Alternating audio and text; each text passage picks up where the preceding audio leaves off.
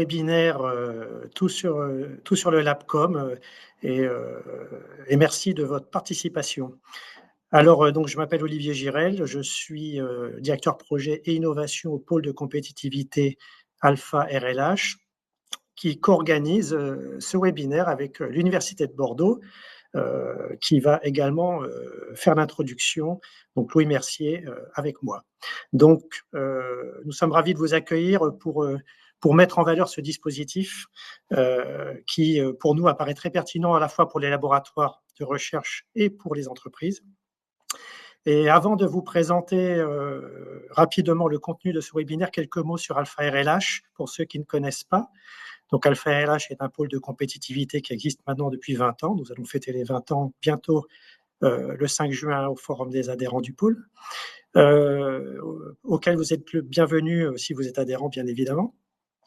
Et c'est un pôle qui est spécialisé en photonique et en électronique, et également toutes les composants et sous-systèmes qui permettent de rendre performants les systèmes photoniques et électroniques, donc les matériaux, que ce soit des fibres optiques, matériaux composites organiques, ou le numérique, qui est indissociable d'un système électronique et photonique, notamment les data et l'intelligence artificielle. Donc pour cela, nous avons une équipe pour faire ce travail d'accompagnement des entreprises, des laboratoires de recherche. Nous avons une équipe d'ingénieurs, de docteurs dans ces domaines, également les domaines applicatifs, sur des marchés importants pour le territoire de la Nouvelle-Aquitaine, notamment l'aéronautique spatiale défense, la santé, tout ce qui est communication, et puis l'énergie et le bâtiment intelligent. Voilà. Et donc, d'ailleurs, nous avons accompagné et labellisé les 2 LabCom qui seront présentés tout à l'heure.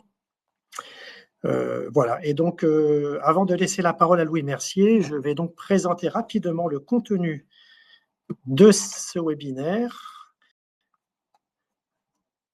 Voilà. Donc, après l'intervention de Louis, nous aurons donc la collègue de Louis, Manon Lassène, qui va nous détailler en quoi consiste le dispositif LabCom qui est proposé par l'ANR, ses avantages, et puis rappeler les appels à projets qui a lieu chaque année sur ces LabCom, et en quoi l'Université de Bordeaux est pertinente, et l'équipe de Louis et de Manon est pertinente aussi pour accompagner ces LabCom.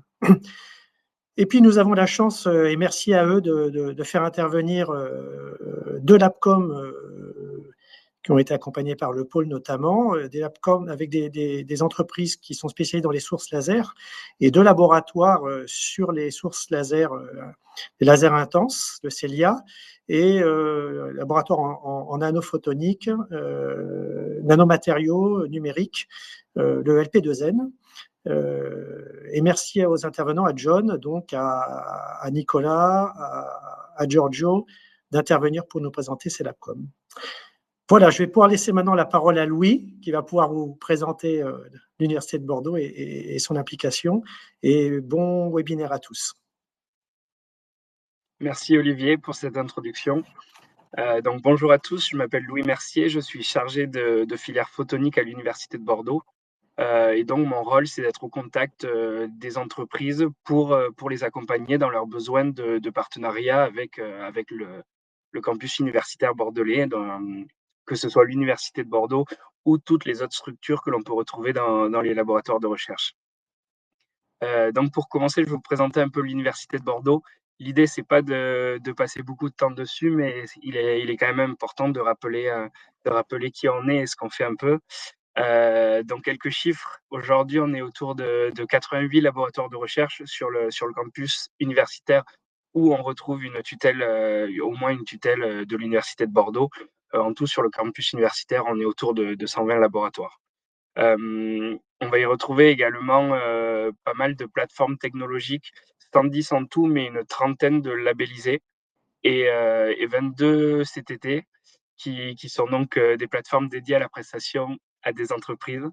On a à peu près un peu plus de 3000 enseignants-chercheurs et presque 3000 personnes support qui accompagnent en fait ces enseignants-chercheurs, que ce soit dans leurs besoins de formation, de recherche ou d'innovation. Et un peu plus de 56 000, maintenant on est autour de 58 000 étudiants. Donc tout ça, ça vient pour aller à des résultats. Donc 800 contrats de recherche et de nombreux projets européens. On a en tout dans le portefeuille de l'université autour de 500 brevets, avec un dépôt plus ou moins de 50 brevets par an, qui nous classe généralement dans le top 3 universitaire. En 2024, on était deuxième université avec le plus de dépôts. Et donc, ma collègue va vous en parler tout à l'heure, mais 24 laboratoires communs et un ou deux en cours, elle vous le dira mieux que moi. Et bien sûr aussi des startups. Comment collaborer avec l'Université de Bordeaux? Tout dépend de vous. L'idée, c'est d'abord, dans un premier temps, forcément, de discuter de votre problématique, de votre besoin, d'identifier, de vous accompagner pour identifier les compétences sur site qui vont pouvoir répondre à votre besoin. Voir avec eux donc qu'est-ce qu'on peut faire. Est-ce qu'on est sur un TRL élevé? Dans ce cas-là, on sera plutôt sur de la prestation avec, comme je vous l'ai dit, des plateformes de recherche ou des CTT. Dans ces cas-là, généralement, vous avez la totalité de l'API. Si quand on est sur un sujet, on va dire plus bas TRL de recherche et qu'il y a un intérêt scientifique pour le chercheur, on peut aller sur sur de la collaboration. Donc, ça peut être de la consultance, des consortiums ou des chiffres, par exemple, avec donc un doctorant. On peut aussi aller un peu plus loin. Donc là, on était sur on va dire, une collaboration unique, mais on peut réfléchir à aller plus loin et monter un partenariat structurant. Donc, avec un accord cadre, pourquoi pas monter une chaire ou le format dont on va évoquer tout à l'heure, qui est le laboratoire commun, le LabCom.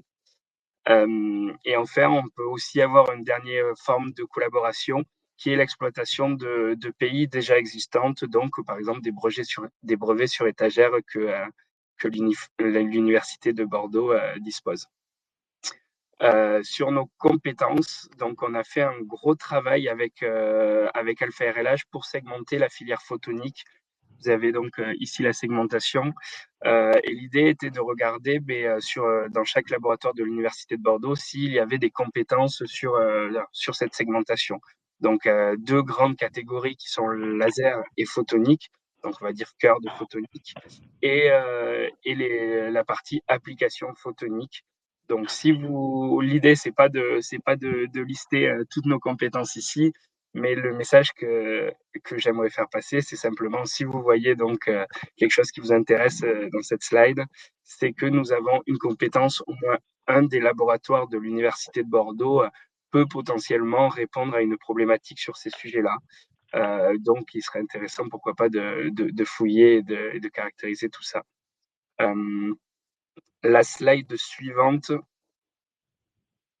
et la même chose que sur la slide précédente, simplement, c'est pour montrer de manière un peu plus visuelle donc quel laboratoire peut être pertinent en fonction de la segmentation.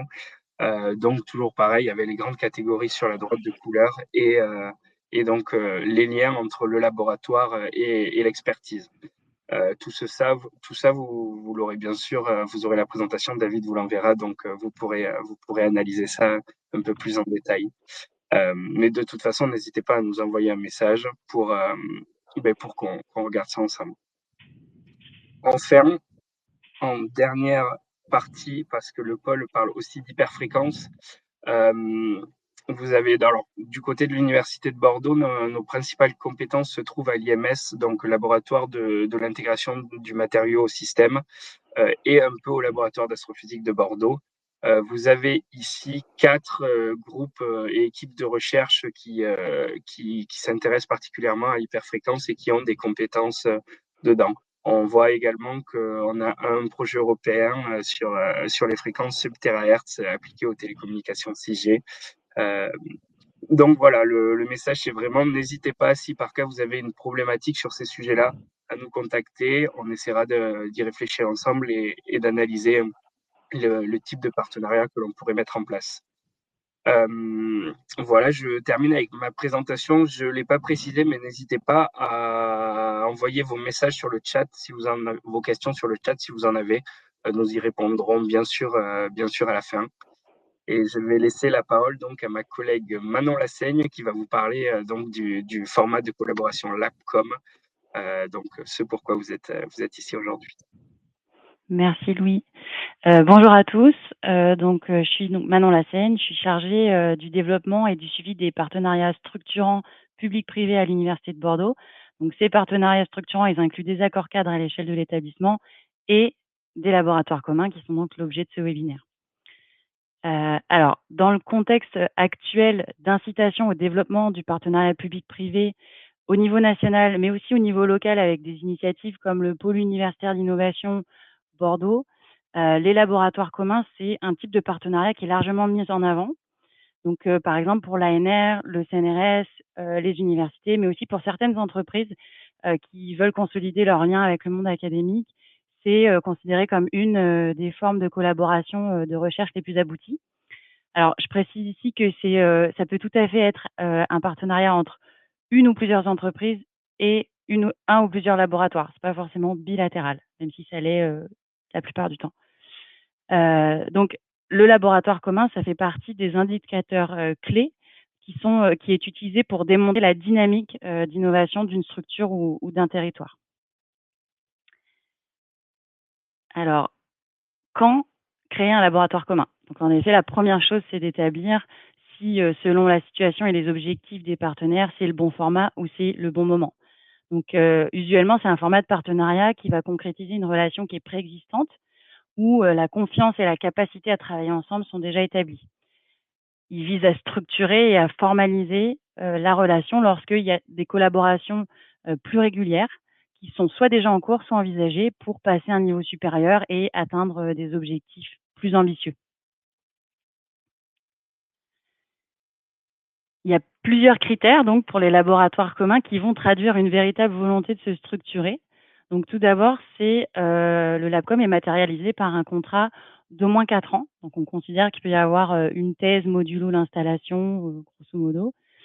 Donc ce contrat, il va avoir pour objectif de mettre un cadre à la relation avec des modalités de partenariat prédéfinies qui vont faciliter la mise en place des futurs projets de collaboration de recherche.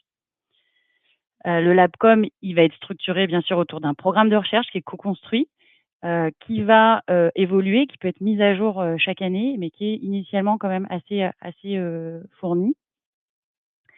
Les partenaires du LabCom vont apporter chacun des moyens équilibrés pour permettre l'exécution du programme. Donc ça peut être sous forme de contributions financières directes, mais aussi sous forme indirecte, donc des moyens RH, des équipements, des locaux, des données. On considère comme une chose nécessaire, c'est d'avoir un binôme de personnes qui vont animer ce partenariat, des personnes qui vont être assez impliquées pour assurer la dynamique et le suivi de la relation.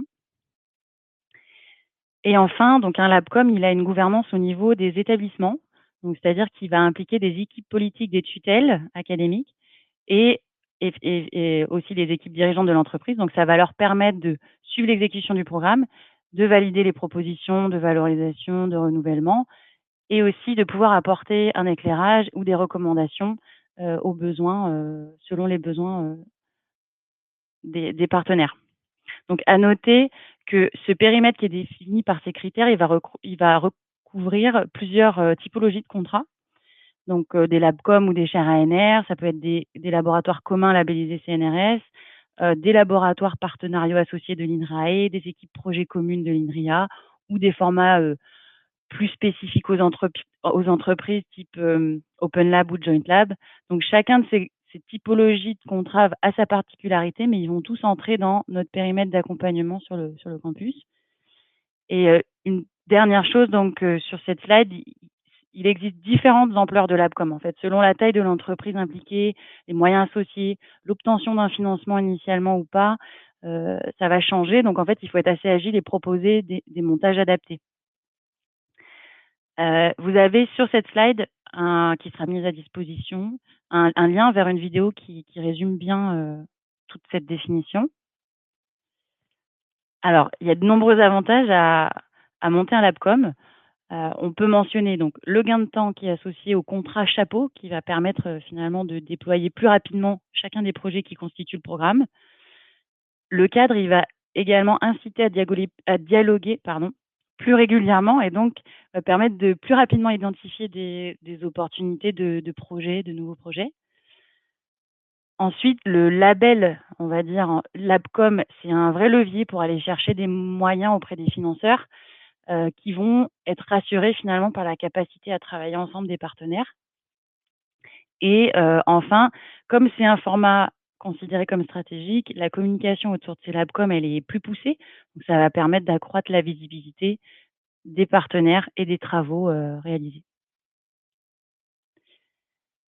Alors, je fais rapidement un focus sur le dispositif Labcom ANR parce que c'est une très bonne opportunité d'initier un Labcom. Donc, c'est un instrument de financement qui a été créé par l'ANR en 2013 en complément des PRCE et des chaires industrielles pour inciter donc le rapprochement entre les académiques et les entreprises hors grands groupes. Donc, ça s'adresse aux TPE, PME, ETI et start-up. Donc, le financement, il est au maximum de 363 kg €. En moyenne, c'est plutôt 320 kg € sur 54 mois. Donc, un projet qui se divise en 2 phases. Les 6 premiers mois étant dédiés à la mise en place de l'accord de consortium. Puis après, on a 4 ans de fonctionnement du Labcom. Alors, un point d'attention pour les entreprises, seule la tutelle gestionnaire du labo est financée. Il n'y a pas de flux financier vers l'entreprise. Alors, à noter aussi que depuis peu, il existe une coopération renforcée entre l'ANR et l'ANRT qui permet finalement aux lauréats d'un Labcom ANR de pouvoir avoir une instruction accélérée des testifs qui sont prévus dans le cadre du projet. L'ANR souligne fortement la volonté de créer des partenariats de long terme. Donc, le financement public, finalement, il vient cristalliser, structurer un partenariat qui a vocation à se pérenniser via un modèle économique adapté.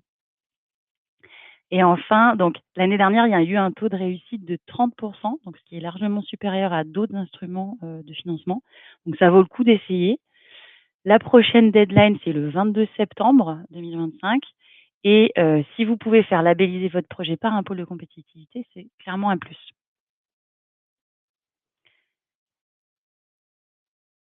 Alors, au niveau de l'accompagnement sur le campus bordelais, il existe différents des services supports dans chacune des structures académiques pour accompagner les porteurs au montage et au suivi des Labcom. L'objectif du service qui a été créé par l'Université de Bordeaux, c'est d'aller plus loin avec l'ensemble des partenaires du site et de se coordonner pour consolider un accompagnement sur l'ensemble de la vie du Labcom. D'ailleurs, on a créé une communauté des accompagnateurs de Labcom dans cet objectif-là. Rapidement, donc sur les 5 étapes identifiées, donc il y a des actions de détection qui sont réalisées, que ce soit via finalement le suivi quotidien des collaborations, mais aussi il y a des permanences dans les laboratoires. Il va y avoir l'organisation d'événements pour sensibiliser et mettre en valeur des Labcom existants comme ce webinaire.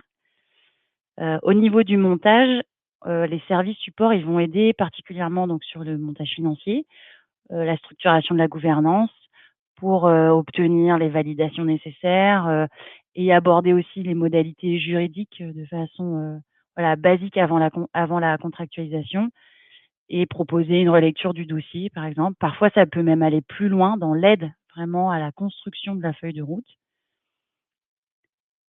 Ensuite, donc, la contractualisation, elle se fait donc par les services de partenariat des établissements tutelle, soit ou par les filiales de valorisation des établissements de tutelle, donc par exemple Aquitaine Sciences Transfert pour l'Université de Bordeaux, avec donc un suivi rapproché de ces négociations du fait du caractère stratégique de ce partenariat.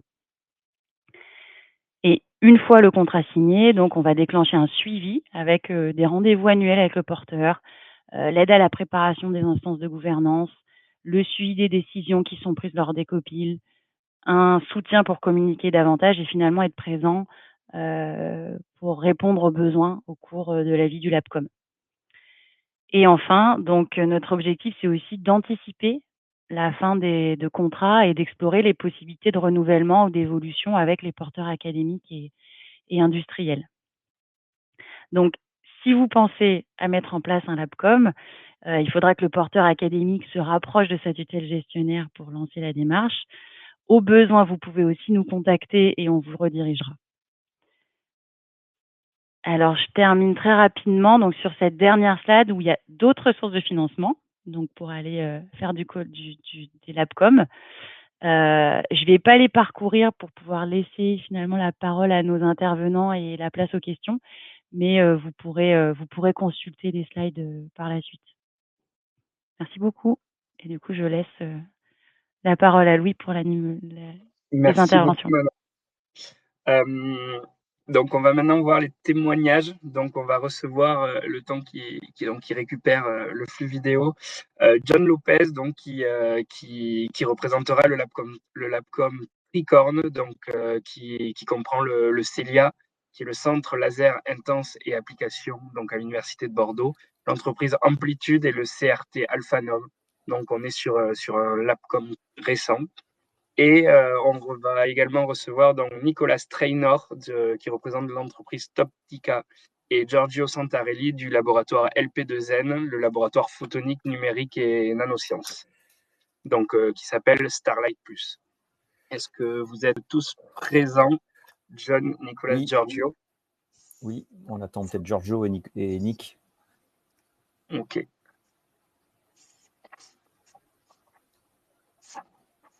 En attendant qu'ils se connectent, peut-être que je vais commencer par toi, John.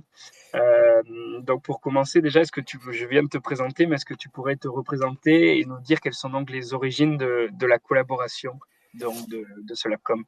Merci Louis. Alors effectivement, je m'appelle John Lopez, je suis ingénieur de recherche au CNRS, au laboratoire CELIA de l'Université de Bordeaux. J'ai été recruté en 2001. Alors concernant les origines de la collaboration, tout d'abord, il faut savoir que la Labcom donc, dépend du CELIA. Le CELIA a été créé en 1999 avec une forte volonté de la région de se développer sur les lasers intenses et leurs applications. Et en parallèle de la création du laboratoire, et ça c'est très important pour comprendre le Labcom aujourd'hui, également il y avait la création d'une plateforme technologique qui s'appelait la PALA, plateforme d'application des lasers en Aquitaine, dans laquelle il y avait du développement laser qui a donné lieu plus tard en partie à la société Amplitude, et il y avait également du micro-usinage par laser, du procédé laser, qui a donné lieu, notamment sur cette activité-là, au centre technologique AlphaNov.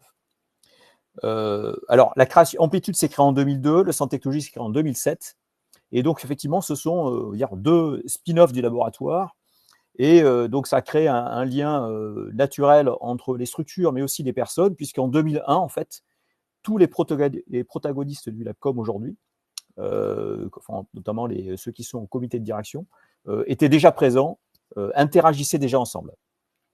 Et donc effectivement, c'est une expérience commune de longue date, et c'est également une confiance de longue date qui s'est concrétisée notamment par des projets collaboratifs. Alors depuis 2012, on a fait de nombreux projets collaboratifs ensemble, plusieurs, 3-4. Et je dirais également, pendant 4 ans, de 2016 à 2020, il y a eu aussi une unité de lieu, puisque effectivement, au quotidien, on était alors sur le lieu Centre technologique AlphaNov. Effectivement, il y avait des personnes du CELIA, il y avait également des personnes d'Amplitude qui interagissaient au quotidien ensemble pour travailler sur ces procédés. Le Labcom aujourd'hui Tricorne est positionné sur les procédés de modification de la matière, des matériaux transparents en particulier, par laser, et donc effectivement pour venir créer des modifications en volume ou en surface de ces matériaux transparents, sachant que c'est un thème qui intéresse à la fois la société Amplitude qui fabrique les lasers, le centre technologique AlphaNov qui sur cette partie-là utilise des procédés, notamment met en œuvre pour des industriels, permet de monter également productivité, mais également le laboratoire qui lui étudie l'interaction laser-matière dans le but d'optimiser les procédés. Alors concrètement, l'idée Labcom a émergé en 2020. On a réellement commencé à travailler sur l'annexe technique qui vient avant le Labcom, sur lequel on demande l'autorisation, on propose aux partenaires, mais aussi, dans notre cas, à l'Institut de physique, c'est 2022. Et en août 2023, on a signé le Labcom, la convention, avec un accompagnement à la fois du service SPV du CNRS, mais aussi de l'université. D'ailleurs, je remercie ces deux structures pour nous avoir accompagnés dans la contractualisation du laboratoire commun. Voilà, je pense avoir répondu à la question. Ce qui est intéressant dans tes propos, on comprend bien que c'est d'abord une question de confiance, d'hommes qui se connaissent depuis longtemps, qui ont après, dans un second temps, identifié un sujet d'intérêt commun pour se lancer là-dedans. Oui, je dirais que, aujourd'hui, ça paraît assez naturel de collaborer entre une entreprise et un laboratoire. Il y a 20 ans, ce n'était pas naturel du tout. Il y avait des barrières, il y en a encore, mais il y en avait beaucoup à l'époque. Et ça nécessitait vraiment que les personnes se connaissent, interagissent ensemble pour arriver à au-delà de ce qui se fait, au-delà de l'usage habituel, pour monter ce type de collaboration. Merci beaucoup. Je vois que Nicolas et Giorgio sont avec nous. Vous pouvez, question s'il vous plaît, vous pouvez nous dire quelles sont les origines de la collaboration pour votre LabCom? Vas-y, Giorgio. C'est Giorgio, du coup. Donc, disons, la partie importante, c'est que le LP2N a été créé en 2011, un tout nouveau laboratoire adossé à l'Institut d'optique d'Aquitaine, en fait à l'antenne bordelaise de l'Institut d'optique qui est à Palaiseau, avec une école d'ingénieurs, etc. Et dans les volontés, donc moi je suis arrivé avec les bagages en fait des paris.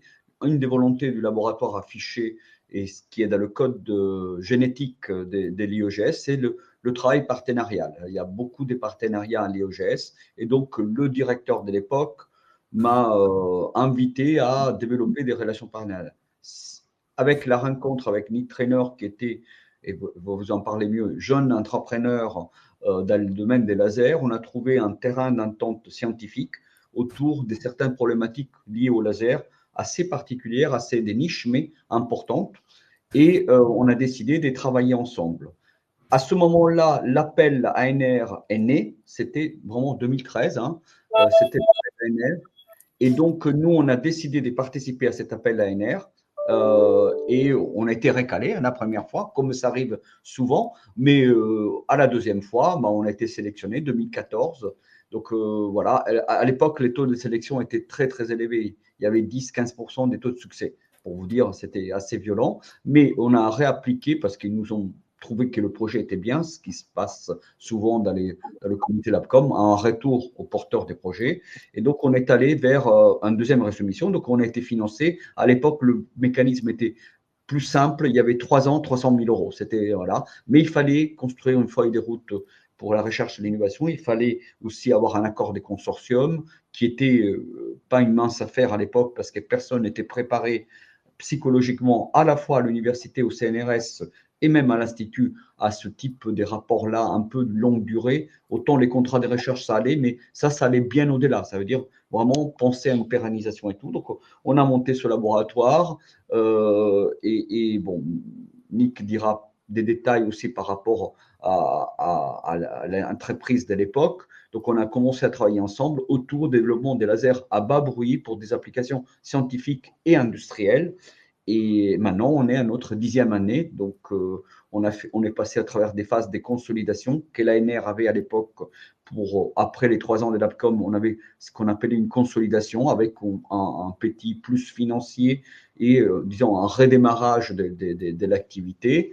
Et puis, on a été soutenu fortement par la région d'Aquitaine. Ça fait partie aussi du code génétique de la région d'aider les collaborations entreprises académiques. Et donc, ça, c'est un peu. Donc, notre focus sont les lasers. Et on a des thèses. Je ne sais pas s'il faut dire beaucoup plus autour de ça, mais je pense que Nick peut commenter, dire autre chose. Et puis, éventuellement, je suis prêt à donner des explications. Oui, donc, peut-être dire autrement, plus humainement, ça a commencé parce que avec Giorgio, on avait une vision qui se joignait, ce qui n'est pas toujours facile entre des industriels et des académiques. On voyait qu'on avait tous les deux des choses à gagner. On avait des compétences très complémentaires. Une vision d'un certain sujet, on venait de différents positionnements. Et pour moi, c'est la base. Bon, la partie structurelle, administrative pour monter la chose, et c'est très important de ne pas se tromper. Mais la base, c'est que il y a des individus, ça tourne autour des individus très souvent, qui voient un très fort intérêt à travailler ensemble. Donc tout le monde a quelque chose à gagner. Vous arrivez à communiquer, parce que c'est très bien de vouloir travailler ensemble, mais pas avoir une vision consensuelle du sujet. Bon, ça a du mal à durer. Donc c'était ça la base. On voyait un intérêt, on voyait on était capable de communiquer, se dire les choses. Et à partir de ce moment-là, bon voilà, 10 ans après, ça marche toujours, et avec beaucoup de monde impliqué autour de ça, à la fois dans l'entreprise, mais aussi dans le labo. Donc ça peut pas être une construction contre nature. Il faut vraiment qu'il y a un vrai intérêt. Et au ça moment complète peut-être la photo. Au début, quand vous êtes lancé dans ce projet LabCom, dans ce partenariat vraiment structurant avec une feuille de route sur du long terme, qu'est-ce qui vous a convaincu de partir là-dedans et d'approfondir en fait vos relations plus que de simples collaborations? La question est pour qui? Allez-y, Nick, reprenez et après on continuera. C'était quelque chose qui était un peu inconnu à l'époque. Nous, on était tout petits. Je pense qu'on était 13 personnes. Et c'est la raison, il n'a peut-être pas dit Giorgio, mais encore moins, c'était 8, Giorgio. 8, oui. Et la raison pour laquelle on n'a pas été accepté la première fois, parce que nous, en tant qu'entreprise, on était trop petits. Et donc, c'était peut-être à cette époque-là, parce qu'on ne le savait pas trop, c'était un peu de l'opportunisme de notre part. Il y a un financement là, la structuration, la vision un peu long terme, ça nous semblait cohérent avec ce qu'on voulait faire. On savait qu'on se mettait sur des terrains où ça allait prendre du temps à faire ce qu'on voulait faire. C'est des sujets assez complexes. Les lasers stables, généralement, c'est des choses qui travaillent assez bien en labo quand on est en train de changer des choses tous les demi-heures, mais avoir quelque chose qu'on peut mettre dans une boîte et que ça tourne pendant des années, bon, il y a du travail. Donc, il n'y avait pas une grande vision, un grand recul sur ce que ça donnait LabCom, mais c'était compatible avec ce qu'on voulait faire. Et on est allé, et ça nous a donné une base, compte tenu aussi de notre taille, une base où on ne pouvait pas financer directement fortement le laboratoire comme on le fait aujourd'hui. Notre contrat, il y a un financement de l'entreprise vers le labo. Mais voilà, on avait une structure, une plateforme sur laquelle on pourrait construire quelque chose. Donc, c'est pour ça qu'on a choisi le LabCom. Giorgio, même réponse, des choses à ajouter? Oui, donc je rejoins l'idée que c'est la rencontre entre deux personnes. Ce style de LabCom-là, le style ANR, petite taille, etc., c'est typiquement la rencontre de deux personnes qui ont envie de travailler ensemble. Ça, c'est la base. Après, il y avait des défis scientifiques. Moi, je venais des recherches appliquées, mais pas industrielles. Non, même voire fondamentales, mais avec des forts développements technologiques. Et donc, il y avait des défis scientifiques à relever, des choses qu'on ne comprenait pas bien, etc. Et évidemment, quand on arrive dans un nouvel endroit, où on lance une nouvelle activité, le format… Et puis, pour moi, c'était une nouveauté de travailler avec l'industrie. Je n'avais jamais travaillé. En revanche, dans ma formation précédente, le fonctionnement des qualités des instruments développés, il s'agissait de la métrologie, est un point important. Donc, les métrologues ont une culture des systèmes qui fonctionnent, parce que c'est du développement à long terme. Ce n'est pas one shot comme dans beaucoup de labos universitaires. Donc, on s'est retrouvé très proche avec cette philosophie-là, avec des compétences complémentaires entre nous. C'est très important d'avoir des compétences complémentaires, parce que si les deux savent faire la même chose, ça ne sert à rien. En revanche, voilà, des compétences complémentaires, une forte complémentarité du partenariat, une vision commune du fait on va faire des choses ensemble. Et après, il y a une construction. Donc, une première thèse, après une deuxième thèse, et puis une troisième, et là, une quatrième thèse. Donc, il y a tout un fil sur 10 ans. On passe d'une petite boîte avec peu de monde et pour laquelle mettre un thésard, aider l'argent, c'est compliqué, hein, objectivement. Il y a des choses, mais et donc le financement public, qui va au laboratoire est complètement bienvenu, mais après avec d'autres projets au fur et à mesure qu'on avançait, la chose prend de l'amplitude et devient voilà. Mais 10 ans après, on a toujours des sujets, des recherches. L'UPCOM d'ailleurs est renouvelé pour d'autres 5 ans. Voilà. Et donc, on a toujours des sujets comment dire, on a toujours des sujets, de l'envie de faire des choses. C'est parce que aussi on regarde dans la même direction. C'est pas toujours parfait, mais l'objectif il est toujours là. Et voilà. Donc, pour vous dire, à l'époque, on ne demandait pas une structuration si longue comme aujourd'hui. On demande dans les appels à projets ANR, on va sur 54 mois. C'était 36 mois. 36 mois, c'est très court. Derrière, il y a une consolidation. Donc, on va regarder au bout des 36 mois, voilà, si on va mettre un peu une bille en plus, en demandant à l'industriel aussi de participer. Donc, c'est un fonctionnement. Aujourd'hui, on fait un package sur 54 mois qui inclut, entre guillemets, une phase de consolidation. Donc, c'est une autre approche qui, à mon avis, est plutôt bien parce que 36 mois, c'est très, très, très court, en fait. Mais néanmoins, ça a eu marché pour nous et plein d'autres labcoms, parce qu'à l'époque, quand même, il y a eu une myriade de labcoms. Nous, on était parmi les premiers en photonique. Voilà. Merci. Je me tourne maintenant vers John. J'ai entendu financement, problématique longue, défi scientifique. Est-ce que tu aurais les mêmes réponses? Alors, tout d'abord, pourquoi structurer? Parce que, alors, effectivement, c'est pour envisager une collaboration dans le temps, au-delà d'un simple projet. Et ça permet déjà de donner un cadre administratif. Et l'air de rien, c'est beaucoup. Alors, nous, on est un petit labcom. On n'est pas un labcom ANR pour une question purement administrative qui est, voilà, sur laquelle je ne vais pas m'attarder. Donc, on ne pouvait pas mettre un labcom ANR. Et donner un cadre, ça sécurise à la fois les personnes dans l'entreprise, mais aussi dans le laboratoire. Et ça permet d'officialiser et de donner une légitimité à cette collaboration. Et donc, effectivement, faire taire les éventuelles critiques qu'il peut y avoir par rapport à ces collaborations qui sont structurées dans le temps. Je tiens à souligner aussi que ça permet de donner un cadre souple pour une collaboration au quotidien.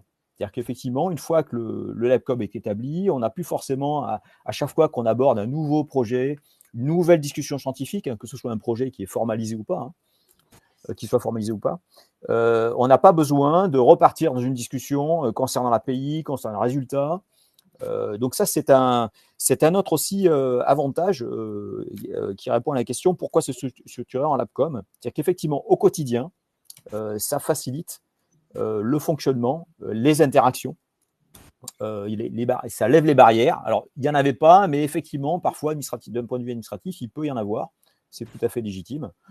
Et donc là, effectivement, le cadre est fixé. Si vous voulez, c'est comme un classeur. Un LabCom, c'est comme un classeur. Et les projets, c'est des fiches. Voilà. Et déjà, établir le classeur, c'est déjà un bon point de départ. Voilà. Merci beaucoup. Je vois que le temps avance, donc je vais passer à la prochaine question. Bon, vous avez commencé à y répondre, mais aujourd'hui, qu'est-ce que vous apporte ce LabCom? Qu'avez-vous réussi à accomplir grâce à ce LabCom?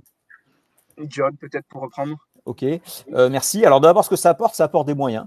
Ça apporte des moyens humains, financiers et techniques. Alors concrètement, pour nous, on a un petit LabCom, on est une petite équipe. Au niveau académique, on est une petite équipe, on est deux. On est ma collègue professeur Kevin Kaman-Eckelinger et moi-même en tant que permanent. Et donc, ça nous amène déjà 2 tests chiffres, puisqu'il y a 2 partenaires industriels, à la fois Alphanov qui amène une tête chiffre et Amplitude qui amène une tête chiffre.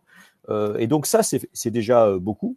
On a également, là, les thèses sont en milieu de thèse ou même voire en deuxième année. Et effectivement, on est déjà en train de discussion pour renouveler avec d'autres candidats et d'autres sujets de recherche.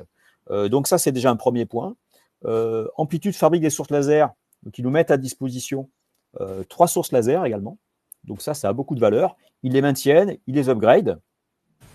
On a également une dotation financière de la part d'Alphanov et aussi un accès à toute part de métrologie de la part d'Alphanov. Donc, effectivement, ça apporte des moyens qui aident au fonctionnement des différents projets de recherche qui sont communs. Je précise que de la part des tutelles, ça apporte effectivement de la visibilité, mais on peut regretter, il n'y a pas forcément de soutien financier, par exemple de point de départ pour initier, ça c'est un petit peu dommage. Mais bon, peut-être que ça viendra par la suite. Et je dirais qu'après 2 ans de fonctionnement, qu'est-ce que ça apporte au quotidien? Alors, le point, je dirais, négatif, c'est qu'on a toujours du mal à se positionner ensemble, c'est-à-dire que le LabCom n'existe pas d'un point de vue juridique. Donc, effectivement, lorsqu'on répond à l'appel à projet, c'est un partenaire qui peut mentionner ou pas l'existence du LabCom, mais le LabCom en soi, il n'y a pas de bonification à répondre, pas de bonification officielle à répondre au titre du LabCom. Enfin, c'est mon expérience, peut-être que Giorgio et Nick auront une expérience différente. Et par contre, d'un point de vue scientifique et aussi d'un point de vue intérêt pour les industriels, on a des résultats, plusieurs résultats qui sont au-delà de l'état de l'art. Ça concerne à la fois les thématiques qui sont plus côté amplitude, mais aussi plus côté alpha-nov. Et effectivement, donc ça, c'est très intéressant pour le laboratoire et c'est également très intéressant pour nos partenaires. Voilà, donc différents types d'apports. Voilà. Déjà des résultats, alors que tu es donc, on parle d'un LabCom jeune, tu peux nous rappeler depuis combien de temps Effectivement, ça a été signé en août 2023. Les thèses ont commencé, une en août 2023, l'autre, c'était en avril 2023. Alors, on collabore avant, mais effectivement, c'était vraiment par rapport à ces thèses. Il y a déjà des avancées scientifiques qui sont au-delà de l'état de l'art et qui se concrétisent, qui ont des conséquences concrètes pour les entreprises. Merci beaucoup. Nick, Giorgio, vous, sur un temps bien plus long, vous l'avez dit, 10 ans pratiquement aujourd'hui. Vous devez en avoir nombreux, des résultats, non? Je peux prendre la parole, Nick, si tu me permets. Moi. Donc, je donne le côté académique, bien sûr, et puis vu qu'on a la chance d'avoir Nick là, ça va donner le côté industriel. Nous, du côté académique, qu'est-ce qu'on doit faire? On doit faire des publications, former des gens à la base. Voilà, ça c'est important. Et créer de la valeur aussi sociétale. Donc, le LabCom répond exactement à ces 3 défis. Former des gens au travers des tests CIFRE, nous, on a créé une filière laser stable qui a formé beaucoup des cadres qui maintenant sont dans l'entreprise, hein, une partie significative, disons, des cadres de recherche. On a formé aussi des postdoctorants qui sont devenus aussi cadres, eux, dans l'entreprise, et des ingénieurs qui sont devenus eux cadres dans l'entreprise aussi. Et en plus, on a formé d'autres gens qui sont partis ailleurs. Et ce n'est pas forcément une mauvaise chose. C'est des gens qui ont été dans des industriels qui ne sont pas forcément concurrents, mais qu'on a formés, avec qui peut-être un jour on peut travailler ensemble, etc. Donc, on a formé quand même pas mal de monde, mais la majorité, évidemment, sont finis chez Azurelight / Toptica. On a produit des papiers, voilà, même si on ne peut pas produire comme une équipe académique équivalente, on n'a pas les mêmes objectifs, c'est des papiers plus difficiles à faire, sont plus appliqués, mais on a produit un bon nombre de papiers. On a su attirer des bourses Marie Curie. On a eu des moyens, des moyens qui à la fois sont venus par l'ANR, mais aussi par l'industriel et aussi par la collaboration avec l'industriel. Donc le LabCom apporte une visibilité très forte. Alors, au début, c'était aussi un handicap quand on répondait à des appels à projets. On savait qu'il y a eu un apport de l'ANR et les disant, on disait, allez voir ailleurs, vous avez déjà eu de l'argent. Maintenant, c'est de moins en moins vrai. Voilà, c'est de moins en moins vrai. Et c'est un très bon label. Et surtout, quand le LabCom est établi, a une historique, c'est un très bon label. On le voit même dans l'obtention des tests CIFRE. On sent bien que on est à la 4e. Il y en a eu 3 qui sont bien passés. Voilà, ça va être plus facile, moins difficile, disons. Voilà. Et puis, dans la recherche c'est clair que, comme il disait John, il n'y a pas de soutien des institutions. Ça, c'est un peu regrettable. Il y en a un soutien, c'est le salaire, notre salaire, ce qui n'est pas rien non plus. Hein. C'est pas rien non plus, mais il faut rappeler aussi que sur l'argent que les industriels payent, il y a des prélèvements. Sur les contrats qu'on ramène, il y a des prélèvements. Donc, voilà, on pourrait souhaiter d'avoir de l'aide de temps en temps, mais pas de l'aide. Quand les choses vont bien, on n'a pas besoin d'aide. Moi, je le dis très ouvertement, il y a des passages à vide où on a moins d'argent, etc. Avoir des tutelles qui nous aideraient à ce moment-là, ce serait bienvenu. Voilà, donc après, mais après, ils ne peuvent pas aider tout le monde, on peut en discuter, mais voilà. Donc, voilà. Après, ce qu'on demande aux tutelles, c'est de nous aider quand il y a des problèmes administratifs. Ce n'est pas toujours le cas. Quelquefois, c'est oui, quelquefois, c'est non. Donc, quelquefois, ça roule très bien, quelquefois, c'est plus. Alors, globalement, la situation s'améliore. Hein. Il faut pas. On a vraiment une amélioration, on a une sensibilité. Maintenant, tout le monde, les universités, avec les PUI, le CNRS, tout le monde est conscient de la puissance des LabCom, d'un lab qui fonctionne évidemment, et donc les choses, il y a un peu de fluidification, mais parfois il y a des choses qu'on a du mal, il y a un peu des sables dans les rouages. Voilà, il y a un peu des sables dans les rouages qui sont dus à la complexité administrative typiquement française, je dirais, et qui ne facilite pas les choses, et qui se cogne aussi à une culture d'entreprise. Et quand quelqu'un veut faire une chose en entreprise, ils ne s'embarrassent pas à écrire 10 000 choses, ils avancent. Donc, je pense qu'on a des choses à apprendre voilà. Si je peux me permettre, peut-être que aussi les tutelles n'étaient pas aussi structurées en 2013 qu'aujourd'hui. J'ai l'impression qu'on va dans le bon sens des choses et qu'aujourd'hui, vous êtes quand même plus soutenu. Vous avez, par exemple, le service de ma collègue, de Manon, qui est là pour vous et qui peut vous aider, vous accompagner dans ces démarches administratives, non? Alors, il y a les gens, on sent bien qu'il y a un changement des cultures, mais ce qu'il ne faut pas oublier, que derrière, il y a l'administration. Et l'administration, c'est l'administration. Donc, quand il faut 8 visas pour signer un avenant des contrats, on s'est dit qu'on marche sous la tête. Alors, ça, maintenant, il va y avoir de la délégation complète des gestions d'un institut à l'autre qui réduit les problèmes. Mais culturellement, il y a toujours un effort à faire, et au-delà des LabCom, tu as le fait que, bon, il n'y a pas des enjeux monstrueux, il faut pas, voilà, on va pas chaque fois incommoder 10 personnes pour un petit avenant sur un truc qui roule déjà. J'ai l'impression qu'on sort toujours l'artillerie lourde pour des petites choses. Voilà. Et donc, quand on voit que d'un côté, c'est compliqué et que de l'autre, on n'a pas d'aide, on a envie de râler. Mais globalement, ça marche et les gens, on peut que constater une forte amélioration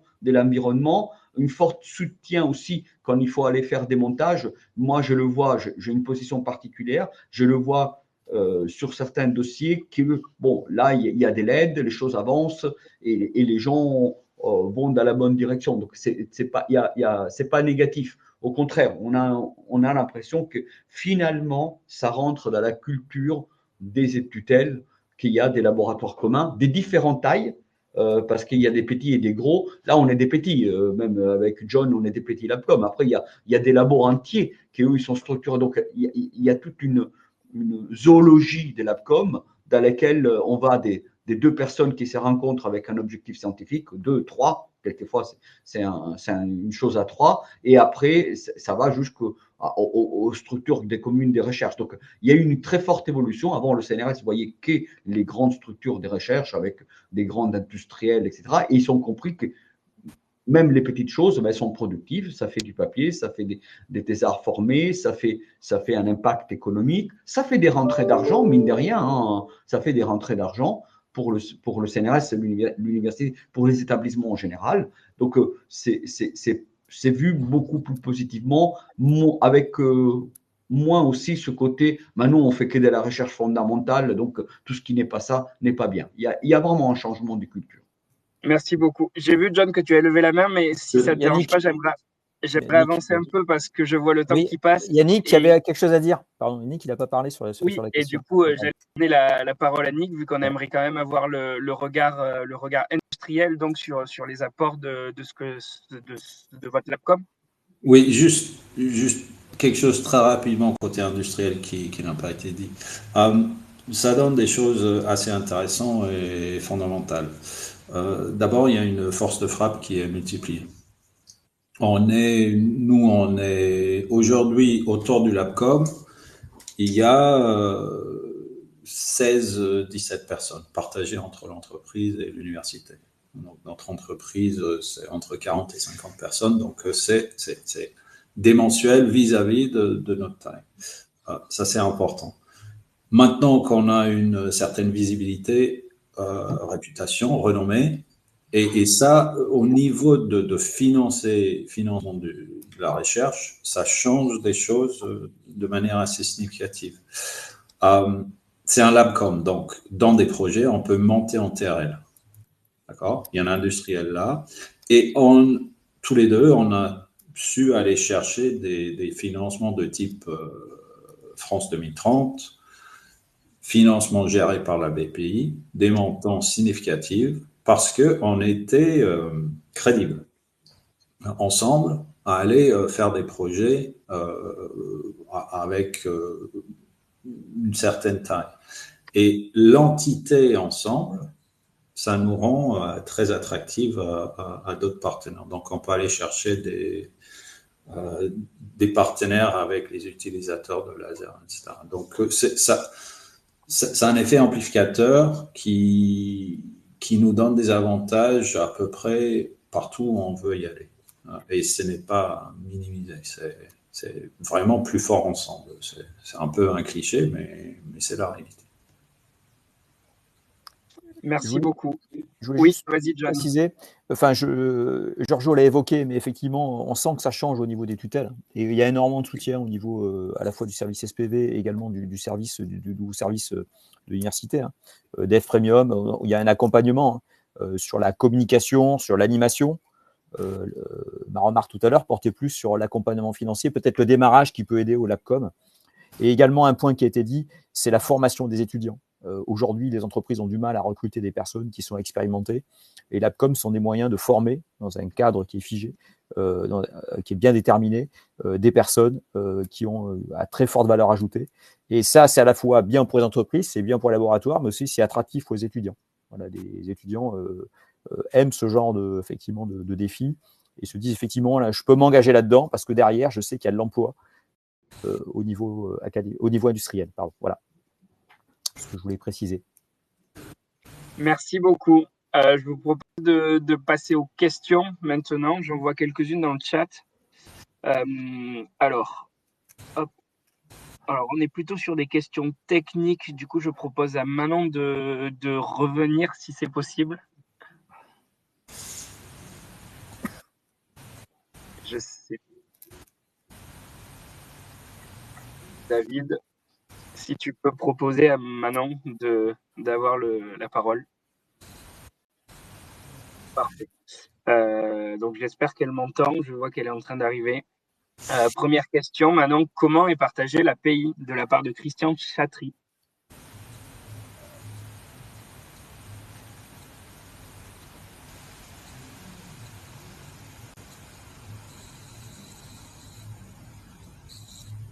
Il n'est toujours pas là.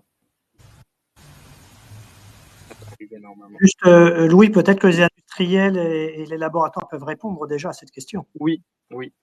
Bah moi, je peux répondre. Bon, c'est quelque chose qui est négocié. Il n'y a pas de règles, mais c'est négocié dans le contrat de collaboration. Il y a quelques guides, bien sûr, mais bon, c'est le périmètre LabCom, c'est pas aussi strict. Ils disent exactement comment est partagée l'API, mais c'est comme tout autre contrat de collaboration, c'est quelque chose qu'on définit en fonction des contributions, etc., et le périmètre d'application. Donc, c'est à vous de voir quand vous faites un LabCom, je pense. Ouais, effectivement, dans la convention de LabCom, il y a les règles qui sont définies, mais pas la part de propriété. Ça qui se définit au regard de chaque projet, de l'apport respectif de chacun. Donc, c'est comme ça que c'est défini. Et de manière générale, nous, effectivement, c'est un LabCom très particulier parce qu'il y a deux entités privées, Alphanov et Amplitude. Et donc, chacun a le droit notamment de la visibilité sur les résultats qui sont plus liés à l'autre, peut-être, mais pas forcément à la propriété. Donc là, il y a des négociations qui sont en cours.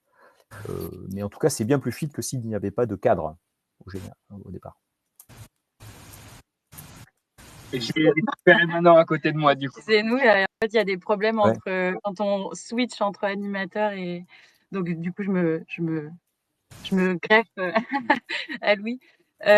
Donc, en ce qui concerne donc la partie financement de l'engagement R&D, effectivement, ça va. En fait, si ce que je disais tout à l'heure, c'est que le financement, la contribution financière de l'entreprise, elle va finalement, l'objectif c'est d'être équilibrée. Donc, elle va être soit sous format de financement direct, hein, s'il y a un budget qui est dédié au projet et vraiment aux objectifs là au sein de l'université, de l'entreprise, pardon, et donc qui va déployer finalement des moyens financiers. Mais après, ça peut être finalement des moyens RH. On va valoriser d'autres contributions pour venir dans la balance atteindre l'équilibre finalement des contributions.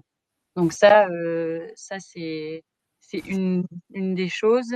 Alors, je vois dans les questions, il y a en tant qu'établissement de recherche privé, l'ANR nous a dit que nous n'étions pas éligibles au LabCom. Alors, je ne sais pas en quelle année, enfin, en tout cas, si votre demande, vous l'avez fait l'année dernière, mais c'est tout récent finalement. C'est c'est sur les volets 2025 là où les organismes de droit privé sont aussi autorisés. Donc ça, c'est vraiment tout récent. Je ne sais pas si les ESPIG sont dans la définition. Donc, vous pouvez aller trouver le LabCom, le texte de l'appel LabCom ANR. Il y a la définition des organismes de recherche de droit privé. Donc, vous pouvez aller voir si vous correspondez. Mais en tout cas, si c'était l'année dernière, vous pouvez retenter votre chance.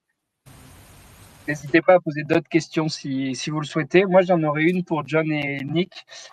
Du coup, quel serait votre conseil pour quelqu'un qui voudrait se lancer là-dedans? Est-ce que vous auriez un particulier pour s'y lancer? Alors, vas-y Nick, je t'en prie. Je pense que c'est ce que j'ai dit au début. Vérifier les fondamentaux de ce que vous allez faire ensemble. C'est pas un mécanisme à aller chercher un peu de financement pour faire quelque chose. C'est le financement, c'est un moyen pour concrétiser une vision. Mais chercher cette vision, cette complémentarité, demandez-vous réellement, est-ce que cette chose-là est quelque chose qui pourrait être pérenne? Parce que c'est un peu une espèce de mariage technique et scientifique. Il faut qu'on puisse coexister avec ces gens-là pendant longtemps. Donc, avoir les fondamentaux, c'est super important. Et on le sent. Faut être un peu honnête avec soi-même, avec ce qu'on essaie de faire et avec qui on veut le faire. C'est vraiment cette vision commune qui vous a permis en fait de tenir ces 10 années et de relancer encore des années en plus, c'est ça? Oui, et puis avec Georgia, on est tous les deux très chiants, donc ça marche quelque part. Juste Nick, une question, tu expliquais également que pour une petite boîte, ça avait un effet de levier. C'est important énorme. Ça, parce qu'il y a pas mal de petites structures qui sont connectées, je crois, j'en connais quelques-unes dans les auditeurs là, qui nous écoutent. Et donc pour une petite boîte, c'est faisable, hein, LabCom. Oui. Encore une fois, le début, c'était il y a 10 ans. Je pense que certainement, il y a plus d'encouragement pour les petites entreprises parce qu'il y en a qui ont montré que c'était possible. Mais ça a été un changement pour nous parce qu'on structurait les choses. On n'était pas dans notre petit monde en disant on va être les plus forts. Et puis, il y a d'autres gens qui arrivent en disant je pense pas que ça marche. Il faut peut-être faire comme ça. Donc, on s'ouvre à l'échange, à la critique.